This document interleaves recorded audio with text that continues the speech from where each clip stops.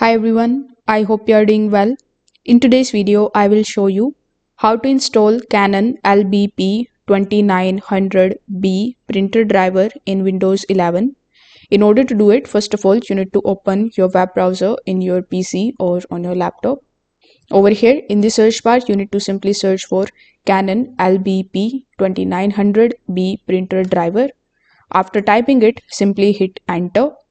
Now, once you do this, you will find bunch of different links, that too from the official websites of Canon. So you can open these links in a new tab one by one. So as you can see, this was the first link that I have opened, and now it is going to show you the LBP 2900 and 2900B CAPT printer driver in front of you. So this is compatible for Windows 64-bit.